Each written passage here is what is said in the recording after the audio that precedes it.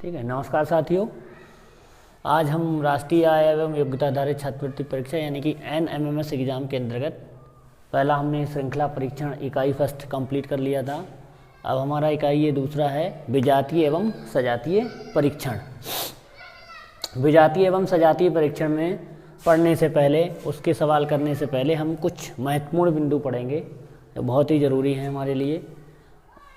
उसके अकॉर्डिंग इसमें क्वेश्चंस आते हैं, जैसे हम महीनों के नाम और उसमें दिवस की संख्या यानी कि उसमें कितने दिन होते हैं। और हम महीने जैसे हमने लिख लिया जनवरी, फरवरी, मार्च, अप्रैल, मई, जून, जुलाई, अगस्त, सितंबर, अक्टूबर, नवंबर और दिसंबर। अब हम इसमें करेंगे। जनवरी 31 दिन की होती है, फरवरी 28 या 29 दिन की होती है, मार्च 31 दिन की होती है, अप्रैल में कितने दिन होते हैं 30, मई में 31, जून में 30, जुलाई में 31, अगस्त में 31, सितंबर में 30 दिन होते हैं, अक्टूबर में 31 दिन होते हैं, नवंबर में 30 दिन होते हैं और दिसंबर में 31 दिन होते हैं। आपको ये ज़रूरी है कि ये सभी महीनों के नाम और उसमें कितने कितने दिन होते हैं ये याद रखना ज़रूरी है। क्वेश्चन करने से पहले आपको इसमें 3-4 महीनों के नाम भी रखे होंगे, पूछेगा इसमें कौन सा विजातीय है या भिन्न है, तो आपको दिवस की संख्या अगर याद है तो आप इस प्रकार के क्वेश्चंस कर सकते हैं। करेंगे हम आगे।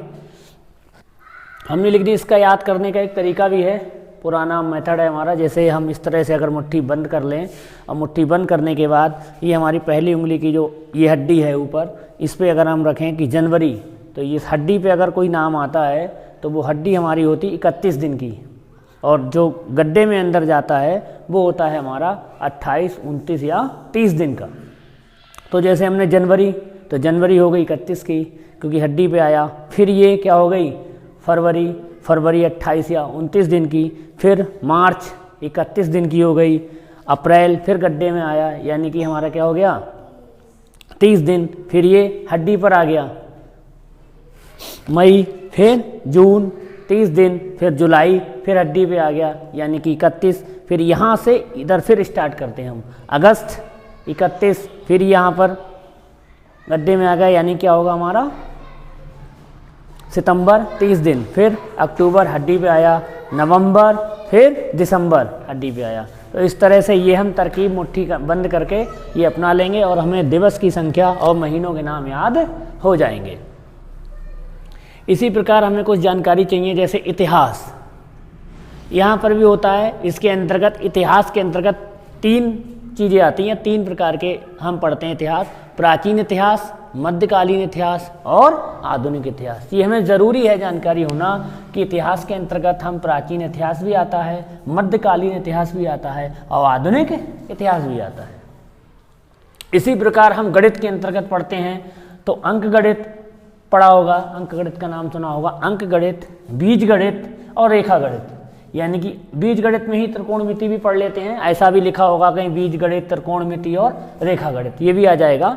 लेकिन ये हमको पता होना चाहिए ये सब किसके भाग हैं, गणित के। इसी प्रकार अक्षर, अक्षर से क्या बनता है शब्द, और शब्द से क्या बनता है वाक्य।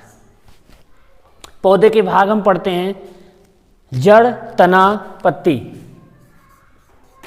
पौधे के 3 भाग होते हैं, जड़, तना और पत्ती। तो इसमें पूछते हैं, क्वेश्चन पूछा जाएगा, लेकिन आपको भी याद होना चाहिए विज्ञान का भी ये भाग है। इसमें हर किसी के इतिहास, गणित, विज्ञान, भूगोल सभी के इसमें कोई ना कोई चीज़ इसमें आ जाती है।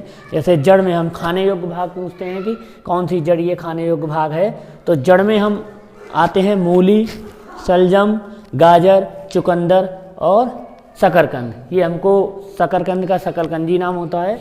ये हमको याद होना चाहिए कि जड़ में हम कौन कौन सी चीज़ खाते हैं, यानी खाने योग्य जड़ कौन कौन सी हैं, तो मूली, शलजम, गाजर, शकरकंद और चुकंदर।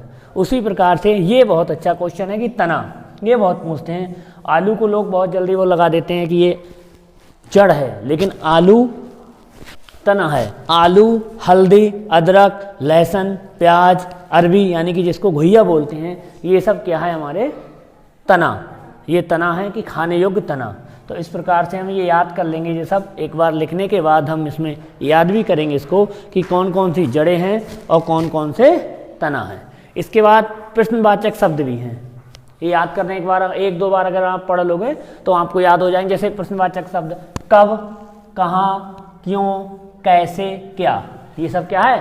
प्रश्नवाचक चिन्ह। प्रश्नवाचक चिन्ह जब हम कोई लिखते हैं, कोई कुछ भी आता है तो प्रश्नवाचक एक चिन्ह होता है इस तरह का, ये प्रश्नवाचक चिन्ह है। तो ये हम इस तरह से याद कर लेंगे। तो हमने यहाँ पे टॉपिक, हमने कई महीनों के नाम, दिवस की संख्या उसमें हम पढ़ लेंगे, लिख लेंगे, पहले 2-3 बार कर लेंगे, फिर हमको याद हो जाएगा। इसी प्रकार से इतिहास के अंतर्गत 3 पार्ट आते हैं, प्राचीन इतिहास, मध्यकालीन इतिहास और आधुनिक इतिहास। उसी प्रकार से गणित के अंतर्गत अंक गणित, बीज गणित या त्रिकोणमिति और रेखा गणित। इसी प्रकार से अक्षर, शब्द मिलकर क्या बनाते हैं? वाक्य। फिर पौधों के भाग हैं, जड़, तना और पत्ती। प्रश्नवाचक शब्द हैं कब, कहाँ, क्यों, कैसे और क्या। ये हम सब चीज़ें 1-2 बार पढ़ने के बाद हम इसको याद भी कर लेंगे। इसी प्रकार हमारे सवाल है, कुछ और महत्वपूर्ण बिंदु हैं वो हम आपको कराएंगे। यहाँ आप लिख लो, याद कर लो, कुछ और हम आगे बताते हैं। इसी चरण में हम अगले देखेंगे कि भारत के राज्य और राजधानियाँ। जैसा हम जानते हैं कि भारत में 28 राज्य हैं और 8 केंद्र शासित प्रदेश हैं। राज्य को प्रदेश भी कहते हैं। 28 + 8, कहीं क्वेश्चन अगर आता है भारत के राज्य और केंद्र शासित प्रदेश, यानी 28 + 8। अब हम यहाँ से ABCD में इन्होंने दे रखा है, तो यहाँ से पढ़ते हैं आंध्र प्रदेश। तो आंध्र प्रदेश की राजधानी कहाँ है? अमरावती। कहाँ है? अमरावती है, राजधानी है। अगला है, ये आप लोग रोक करके वीडियो इसको लिख भी लेंगे और इसके बाद याद भी कर लेंगे, 2-3 बार पढ़ेंगे तो याद हो जाएगा अपने आप। अरुणाचल प्रदेश की राजधानी कहाँ है? ईटानगर। असम की राजधानी कहाँ है? दिसपुर। बिहार की राजधानी जानते हैं, पटना। छत्तीसगढ़ की रायपुर। गोवा की राजधानी पणजी। गोवा की राजधानी गांधीनगर। अहमदाबाद नहीं, गांधीनगर। तो अहमदाबाद बहुत याद करते हैं, अहमदाबाद एक शहर है और गांधीनगर उसकी राजधानी गुजरात की। हरियाणा की राजधानी चंडीगढ़। हिमाचल प्रदेश की राजधानी का शिमला। झारखंड की राजधानी रांची, जहाँ से धोनी आते हैं। कर्नाटक की राजधानी बंगलौर, बंगलुरु भी पढ़ते हैं, बंगलौर। केरल की राजधानी तिरुवनंतपुरम और मध्य प्रदेश की राजधानी भोपाल। इसका 14 नंबर पे महाराष्ट्र की राजधानी मुंबई। मणिपुर की राजधानी इम्फाल। मेघालय की राजधानी शिलोंग। मिजोरम की राजधानी आइजोल। नागालैंड की कोहिमा राजधानी है। उड़ीसा की भुवनेश्वर। पंजाब की राजधानी चंडीगढ़। राजस्थान की राजधानी जयपुर। सिक्किम की राजधानी गंगटोक। तमिलनाडु की राजधानी चेन्नई। तेलंगाना की राजधानी हैदराबाद। तेलंगाना और आंध्र प्रदेश से अलग हुए हैं। तेलंगाना आंध्र प्रदेश पहले एक ही थे, वो अलग हो गए। तो तेलंगाना की राजधानी हैदराबाद। त्रिपुरा की राजधानी अगरतला। त्रिपुरा की राजधानी अगरतला। उत्तराखंड की राजधानी देहरादून। और इसके बाद नंबर आता उत्तर प्रदेश। उत्तर प्रदेश की राजधानी कहाँ है? लखनऊ। और अंत में है पश्चिम बंगाल। तो पश्चिम बंगाल की राजधानी कहाँ है? कोलकाता। अभी हमने यहाँ पर पढ़े थे कि भारत के राज्य और राजधानियाँ, जिसमें 28 राज्य हमने पढ़ लिए। अब हैं उसके 8 केंद्र शासित प्रदेश हैं। तो हम केंद्र शासित प्रदेश पढ़ेंगे, इनको याद कर लेंगे 1-2 बार लिखने के बाद। वीडियो को रोक करके हम इनको लिख लेंगे, फिर इसको याद कर लेंगे। इन्हीं पे आधारित क्वेश्चन भी हैं। हम अब आगे पढ़ेंगे 8 केंद्र शासित प्रदेश। इसमें हम अब 8 जो केंद्र शासित प्रदेश हैं, जिन्हें संघ राज्य क्षेत्र या केंद्र शासित प्रदेश भी कहते हैं, इनकी राजधानियाँ हम पढ़ लेंगे, याद भी करेंगे। अंडमान एवं निकोबार द्वीप समूह। अंडमान एवं निकोबार द्वीप समूह कई द्वीपों का समूह है, इसको अंडमान एवं निकोबार द्वीप समूह बोलते हैं। इसकी राजधानी है पोर्ट ब्लेयर। Port Blair. अगला है चंडीगढ़। चंडीगढ़ की राजधानी कहाँ है? चंडीगढ़। तीसरा है दादर नागर हवेली और दमन एवं दीप। पहले ये दमन एवं दीप अलग थे, दादर नागर हवेली अलग थे, तो इनको अब एक कर दिया गया दोनों को। दादर नागर हवेली और दमन एवं दीप, इसकी राजधानी कहाँ है? दमन। दिल्ली की राजधानी तो दिल्ली ही है। पुडुचेरी की राजधानी पुडुचेरी भी है, पुडुचेरी डावी लिखते हैं पुडुचेरी, इसको ऐसे भी लिख देते हैं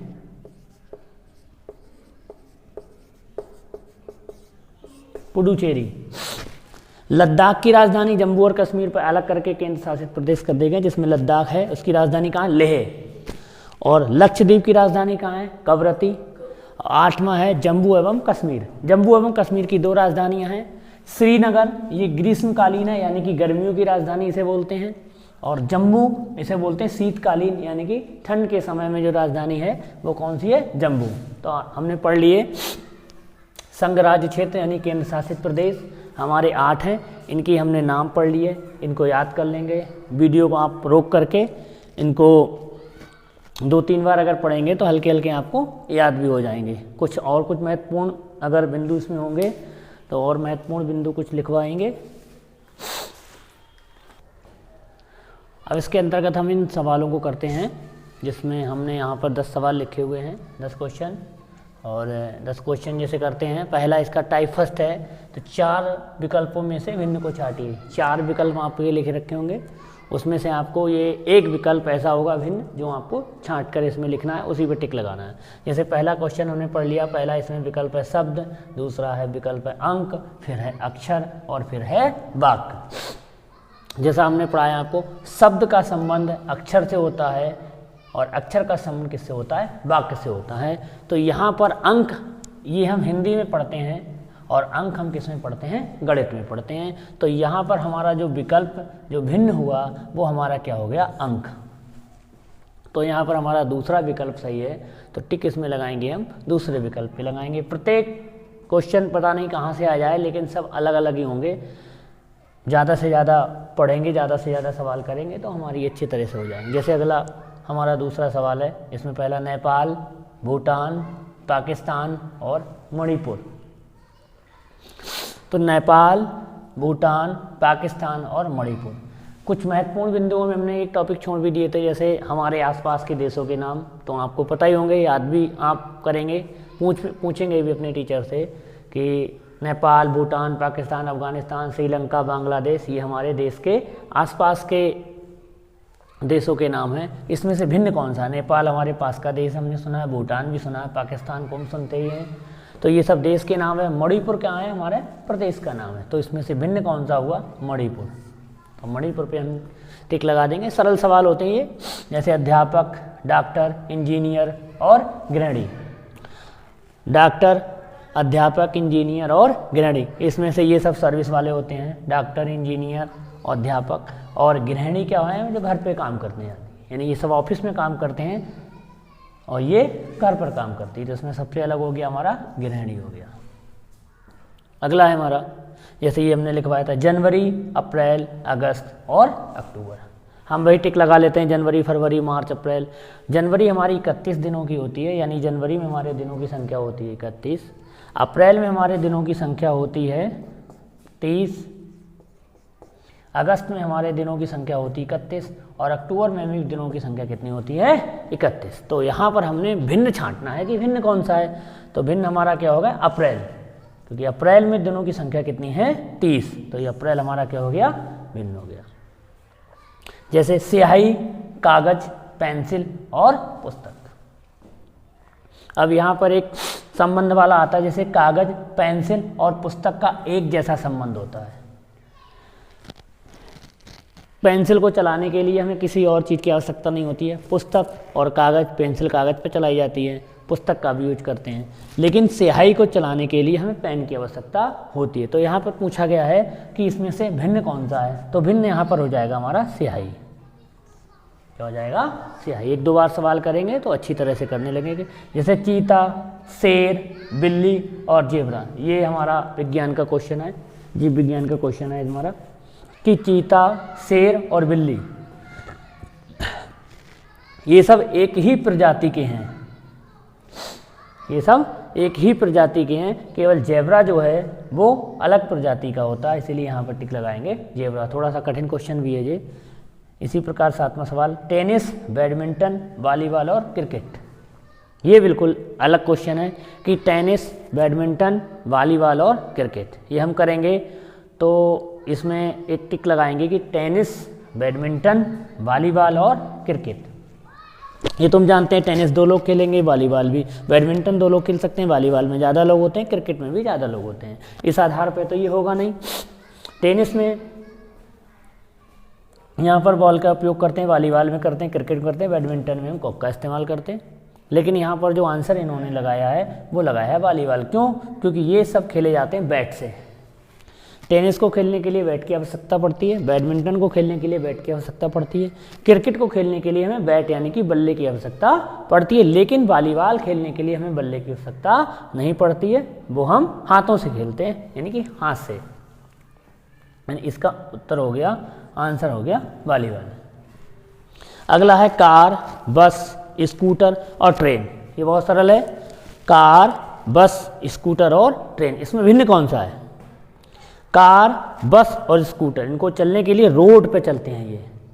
ये कहाँ चलते हैं? रोड पर। लेकिन ट्रेन कहाँ चलती है? पटरी पर। पटरी पर ये नहीं चल सकते, ना स्कूटर, ना बस, ना कार। और ट्रेन जो है वो रोड पर नहीं चल सकती, इसलिए इसका उत्तर जो हो गया वो हो गया ट्रेन। तो यहाँ पर ट्रेन क्या है? बिल्कुल भिन्न है। नमा है इतिहास, प्राचीन इतिहास, मध्यकालीन इतिहास और आधुनिक इतिहास। ये हमने लिखा है, बहुत अच्छा क्वेश्चन है। यहाँ पर इतिहास के अंतर्गत ये हमने सभी लिखवाए, प्राचीन इतिहास, मध्यकालीन इतिहास और आधुनिक इतिहास, ये इतिहास के ही अंतर्गत आते हैं। तो यहाँ पर जो भिन्न हो गया वो हमारा हो गया इतिहास। क्या हो गया? इतिहास, क्योंकि ये तीनों इसी के भाग हैं।